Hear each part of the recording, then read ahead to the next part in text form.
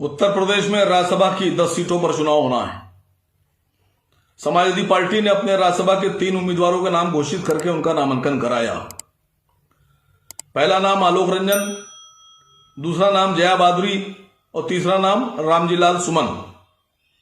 PDA PDA PDA चिल्ला चिल्ला के आप पीडीए आसमान सर पे उठाए हैं, और ये 3 नाम आपने घोषित किए, इसमें कहां है पीडीए?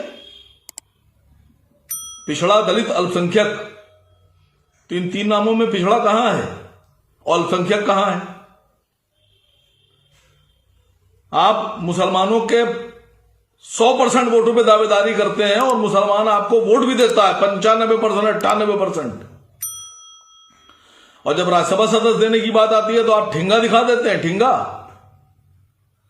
जब आपकी सरकार थी तब आपने 40 में से 36 एमएलसी बनाए थे यादव, और आज जब 3 राज्यसभा सदस्य आए तो मैंने एक चैनल पर भी कुछ दिन पहले आपके एक नेता से कहा कि मुसलमान को राज्यसभा भेजिए, एक को, हमारा हक है, भीख नहीं मांग रहे हैं आपसे, हम वोट देते हैं आपको। तो उन्होंने कहा नहीं नहीं, आप कौन होते हैं मांगने वाले, अखिलेश जी मुसलमानों से बहुत मोहब्बत करते हैं और देंगे। कहां है, कहां दे रहे हैं आप? आपने 2 सीटें दे दी चित्रांश को, आलोक रंजन जी को और इनकलाब श्रीवास्तव साहब की पत्नी को, यानी अमिताभ बच्चन साहब की पत्नी को। 2 सीटें आपने 3 में से दे दी चित्रांश को। वो चित्रांश जो आपको वोट ही नहीं देता है, वो चित्रांश जिसका सारा का सारा वोट बीजेपी में जाता है।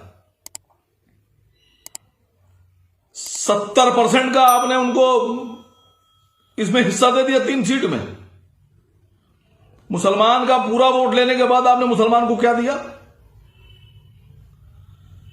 मैं मुसलमान नेताओं से समाजवादी पार्टी के सवाल पूछ रहा हूं, खामोश क्यों हैं आप लोग? आपकी दिलेरी कहां चली गई कि आप गुलामों की तरह से हाथ बांधे अपने नेता के सामने सर झुकाए खड़े हैं? आपके हलक से यह भी आवाज नहीं निकल रही है अपने नेता से कि एक राज्यसभा दे दें उनको, मुसलमानों को। किस मुंह से आप 100% वोट मांगेंगे? अभी लोकसभा चुनाव आ रहा है, मैं मुसलमानों से इस बारे में बात करूंगा, मैं उनको आगाह करूंगा, मैं उनको जगाऊंगा कि वो लोग जो तुम्हारा 100% वोट लेते हैं सरकार बनाने के लिए, तुम उनकी सरकार बनाने की ताकत लगा देते हो, और जब लेने का वक्त आता है तो तुमको कुछ नहीं मिलता है। ये कैसे समाजवादी पार्टी के मुसलमान नेता हैं कि जबान में गिठा बांधकर एकदम चुपचाप खामोश गुलामों की तरह से खड़े हैं? मैं लड़ाई लड़ूंगा मुसलमानों की, और आपको जवाब देना होगा कि कौन से पीडीए की बात कर रहे हैं आप।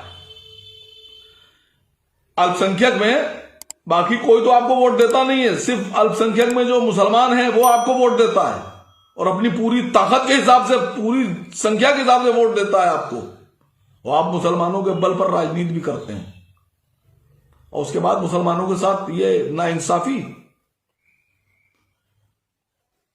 मैं उन तमाम समाजवादी पार्टी के मुसलमानों से कह रहा हूं, उठो, खड़े हो, आवाज उठाओ, लड़ो। क्या मैसेज दे रहे हैं कि पूरे भारत में आप ये मैसेज दे रहे हैं कि जो लोग, जो मुसलमान समाजवादी पार्टी को 100% वोट करता है, वही समाजवादी पार्टी मुसलमानों को एक रेजा बराबर 1% का भी हक देने पर राजी नहीं है। तो जब आप 100% वोट लेने के बाद मुसलमानों को कुछ नहीं देंगे तो बाकी पार्टियों में क्या मैसेज जा रहा है कि मुसलमानों को देने की जरूरत नहीं है? आप चाहे मुझे कितनी गाली बकलें, मैं लड़ूंगा, मैं बोलूंगा, मैं खड़ा हूंगा, क्योंकि मैं बोल रहा हूं, क्योंकि मैं जिंदा हूं। ये दुनिया किसी मुर्दे की कहानी नहीं सुनती। मैं आप लोगों से भी कह रहा हूं, मुसलमान नेताओं, समाजवादी पार्टी के नेताओं, जिंदा की तरह से बर्ताव कीजिए और अपनी आवाज उठाइए।